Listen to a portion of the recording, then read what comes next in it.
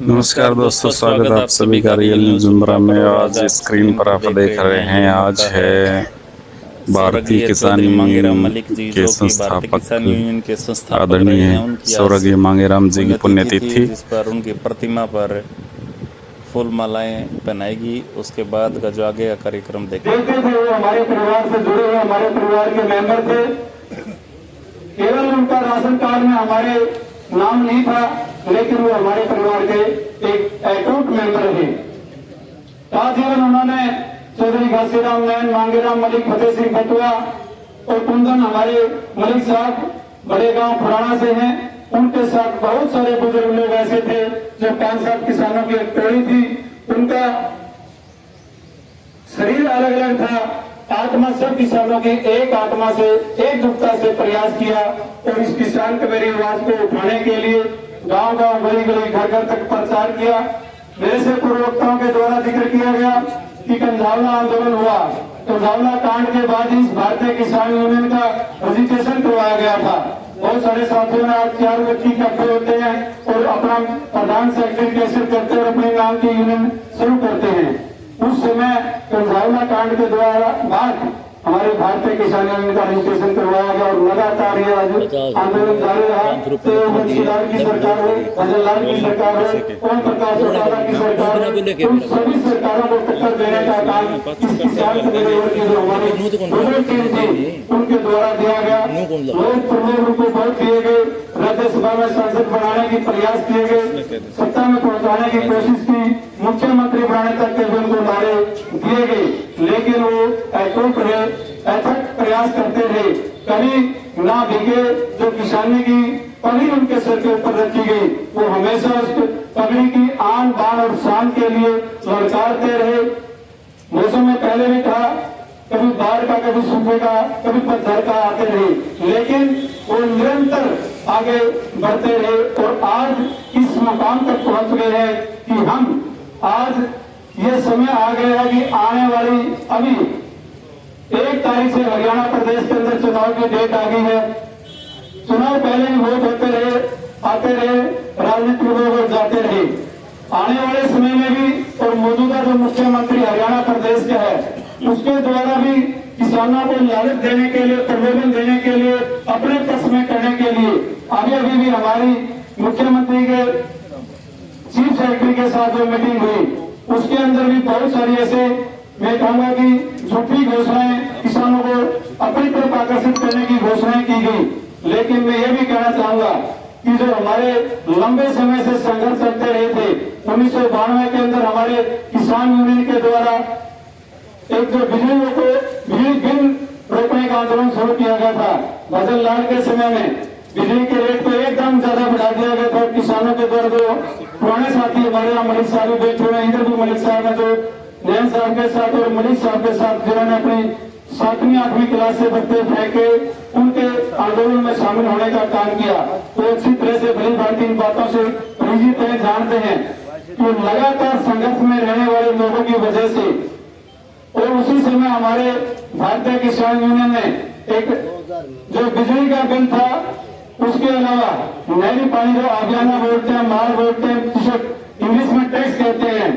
उसके लिए भी आंदोलन शुरू किया था कि हम नहरी अभियाना नहीं बनेंगे। अब जाकर के लोकसभा चुनाव से पहले खट्टर साहब ने घोषणा की थी कि अभियाना माफ कर दिया जाएगा। जब हमारी मीटिंग मुख्यमंत्री के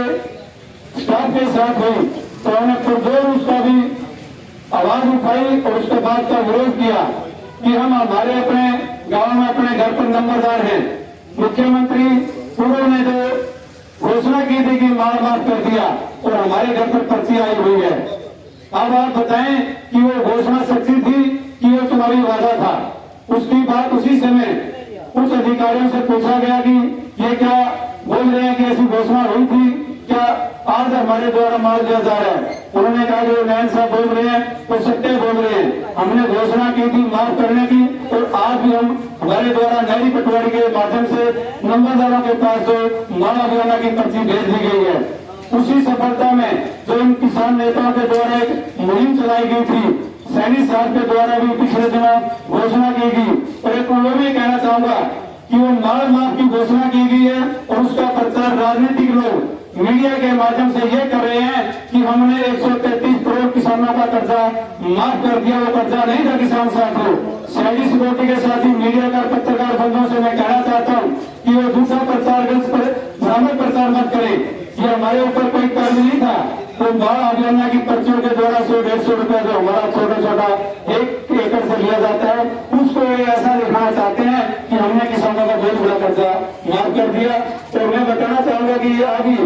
24 फसलों के ऊपर हरियाणा प्रदेश के मुख्यमंत्री के द्वारा घोषणा की गई कि मैं दूसरे प्रदेश के मुख्यमंत्रियों से भी आशा और अपील करता हूँ, आप लोग भी जैसे हरियाणा प्रदेश के अंदर 24 फसलों की घोषणा की गई है एमएसपी पर, दूसरे मुख्यमंत्री भी एमएसपी की घोषणा करें। मैं बताना चाहता हूँ कि 10 फसलें की बाद में घोषणा की है, 14 फसलों की पहले कर रखी थी, लेकिन वो घोषणा मात्र है। जो हमारी लास्ट की 10 फसलें हैं, वो हरियाणा का वातावरण ऐसा है ही नहीं कि वो हमारे यहाँ पैदा हो, जिनमें नारियल है, जूट है, काला तिल है, अरहर है, सोयाबीन है, बहुत सारी ऐसी फसलें हैं जो हरियाणा का वातावरण ऐसी फसलें में पैदा नहीं हो सकती, लेकिन इससे कालाबाजारी बढ़ेगी। अगर ये इनकी घोषणा कर भी दी या बिकना भी शुरू होगी तो मेरी फसल मेरा ब्यौरा के तहत सरकार के द्वारा केवल और केवल हरियाणा प्रदेश के अंदर ये पोर्टल लागू किया गया है।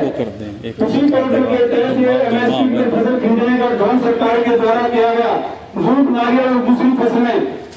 ये राजनीतिक लोगों के जो चट्टे बट्टे हैं या आड़ती भाई जो वो अपनी फसलों को यहाँ इन्हीं कागजों में पूरा करके बेचने का काम करेंगे, ना कि किसान से 1% इसका फायदा होने वाला। साथियों, इस तरह के प्रलोभनों में नहीं आना, बहकावे में नहीं आना, हमें जागृत रहना है। लेकिन ये भी बताना चाहूंगा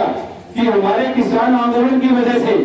हरियाणा सरकार के द्वारा से वो झूठी कहे लेकिन घोषणाएं की गई, उनके बाद हमारे जितने भी खास करके हिसार क्षेत्र के सरसा के फतेहाबाद और भिवानी जींद जिले के नरवाना और उच्चाना तहसील में लगातार 2-2 साल से धड़े जारी हैं। उन धरणों के ऊपर भी सरकार के से हमारी मांग थी, जो सरकार ने स्वयं घोषणा कर रखी है कि हम फसलों का बीमा देंगे, तो बीमा फसल मुआवजा है, ओलावृष्टि की वजह से, आगजनी की वजह से, सूखे की वजह से, बाढ़ की वजह से, उन सभी घोषणाओं के तहत जो हमारे किसान नेता लगातार डटे हुए थे हिसार के, अभी भी धरना हमारा जारी है। उसके ऊपर भी सरकार के द्वारा लिखित में एक घोषणा की गई कि इन फसलों के इन जिलों के अंदर इतने करोड़ रुपए का ये हमने फसलों का मुआवजा किसानों के खाते में 1 हफ्ता के अंदर डालने का काम शुरू कर दिया जाएगा। तो बहुत सारे साथी हमारे यहाँ बैठे हुए हैं, उनसे भी फीडबैक लेंगे कि किन किन जिलों के अंदर ये जो घोषणा सरकार के द्वारा की गई है तो काम शुरू हुआ भी है या नहीं हुआ। आगे कहने के लिए उनके पास यह समय आ जाएगा कि अब आचार संहिता लगी, बाद में देखेंगे। इस तरह की बातें हम कोई भाषणबाजी करने के लिए नहीं आए हैं। हम हमारे किसान नेताओं को श्रद्धांजलि उनके चरणों में श्रद्धा के समर्पित करने के बहाने इस हमारे भाईचारे से अपनी वार्तालाप करने के लिए आए हैं, एक दूसरे से हमारा संवाद आदान प्रदान करने के लिए भी आप लोगों के बीच में आए हैं। तो इसी तरह से छोटी छोटी हमारी नुक्कड़ सभाएं हर क्षेत्र के अंदर जो 750 किसान देश के अंदर शहीद हुए, उनके अलावा 40 से 45 व्यक्ति हमारे पिछली सरकारों के द्वारा गोलियों से जो शहीद किए गए थे, उनकी श्रद्धांजलि समारोह के ऊपर भी हमने अपने गाँव के अंदर स्टैचू लगाने चाहिए। जिन गाँव में अभी भी नहीं लगे हुए उन साथियों से भी इस मंच के माध्यम से मैं अपील करता हूँ कि उन नौजवान साथियों को श्रद्धांजलि देने के लिए अपने गाँव स्तर पर रहे एक प्रोग्राम करते रहना चाहिए, जिसके माध्यम से इस किसानी आंदोलन की लोगों को और जागृति मिलती है और ये ज्वाला और अपना रूप लेती है। इन्हीं शब्दों के साथ में अपना स्थान ग्रहण करना चाहूंगा और एक जोरदार नारे के साथ में अपना स्थान लेना चाहूंगा। तो मांगे राम मलिक अमर रहे, मांगे राम मलिक अमर रहे। साथियों, एक मैं सूचना और देना चाहता हूँ, आने वाली 20 तारीख को 20 सितंबर 2024 को हमारे आदरणीय किसान नेता चौधरी घासीराम नयन की 7वीं पुण्यतिथि किलायत कैथल जिले के अनाज मंडी के अंदर मनाई जा रही है। मैं आप सभी हांसी वासियों को, उमरा के गांव के सभी एक जिम्मेदार साथियों से जो आज यहाँ पहुंचे हुए अपने आप में हर एक किसान के मेरे वर्ग के प्रति जिनकी सच्ची निष्ठा है, सच्ची लगन है, वही व्यक्ति आज यहाँ पहुंचा है। मैं आप सबसे ये अनुरोध करता हूँ, एक अपील करता हूँ कि इसी तरह से जैसे हमने आज हमारे किसान नेता को श्रद्धा के सुमन अर्पित किए हुए और उनको याद किया है, इसी तरह से पूरे हरियाणा प्रदेश के एसकेएम की तरफ से एक साझा प्रोग्राम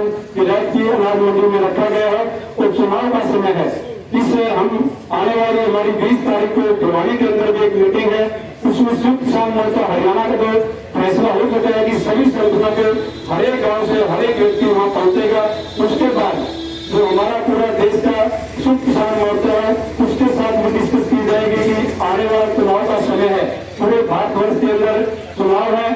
जो चुनाव का समय का दौर चल रहा है। जिस तरह से हमने लोकसभा चुनाव के अंदर इस मोदी सरकार को केंद्र की सरकार के साथ साथ हरियाणा की सरकार के जो एमएलए के लोग अपने गांव के बीच में चौपालों के बीच में वोट मांगने के लिए आप लोगों के सामने झोली फैला करके भीख मांगने आएंगे वोट की, उनसे आप लोगों ने मात्र एक सवाल करना है कि क्या आप हमारी इन मांगों को आप पूरा करने की हामी भरोगे? जो आपने वादे किए थे, जो 750 किसान हमारे शहीद हुए और हमारे हरियाणा प्रदेश के साथियों में आपको दोबारा बताना चाहता हूँ कि 150 किसान शहीद हुए। हरियाणा सरकार के द्वारा 5-5 लाख रुपए की घोषणा की गई, उनमें से भी हमारे 18 साथी ऐसे हैं जिनको 5 लाख रुपया सरकार की घोषणा के बाद भी नहीं मिला है। 20 तारीख तक जो तो सरकार हमारे साथियों को पैसा दे, अन्यथा जो हमारे वहां से खड़ा बिल्कुल बदलने की घोषणा सब साथी करने का काम करेंगे। और जो कांग्रेस की सरकार विपक्ष के लोगों के द्वारा भी 2-2 लाख की घोषणा की गई थी, उनमें से भी 67 लोग हमारे अभी पेंडिंग है। अभी पिछले हमारा प्रोग्राम काले को लेकर हुआ था, गीता बिल्कुल हरियाणा की पूर्व मंत्री है और वो अब जो इनका एजेंडा बनाने की कमेटी है, घोषणा पत्र कमेटी की चेयरमैन है, उनसे भी हमने वहां कहा था आपके लिए समय रहते अभी समय है कि आप जो 67 व्यक्ति हमारे 2-2 लाख से अभी भी वंचित है, उनको समय रहते उनके घर पर जो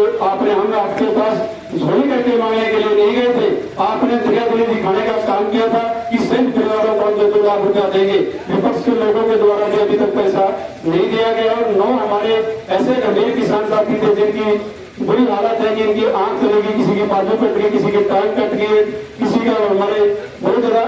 इंजरी हुई थी, 2-2 लाख रुपए उनके द्वारा भी घोषणा की गई थी। हमारा एक साथी फतेहाबाद जिले से है, चरखिया तहसील के खुनन गांव का, उसकी बाजू कट गई थी आंदोलन में, उसकी भी आज तक 2 लाख रुपया नहीं मिला है। ये साथियों के काम तब करवा पाएंगे हम जब इसी तरह से डट करके मजबूती के साथ हम अपने भाईचारे को एकता के मजबूती से काम करने का काम करेंगे। मैंने आप सब लोगों का समय लिया और आप लोगों ने मुझे समय दिया, आप लोगों ने मुझे ध्यान से सुना, इस बात के लिए सबका धन्यवाद। जय जवान जय किसान, धन्यवाद साथियों।